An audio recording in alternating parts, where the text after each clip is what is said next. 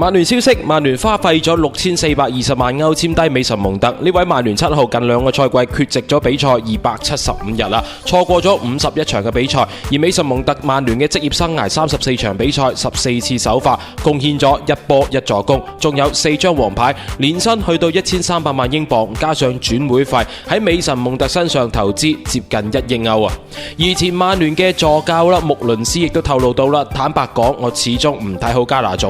話佢時不時都會暴露出性格同埋人品方面嘅問題。而另外一方面，伊蘭加亦都係啱啱好滿足人哋對曼聯邊鋒嘅所有期待啊！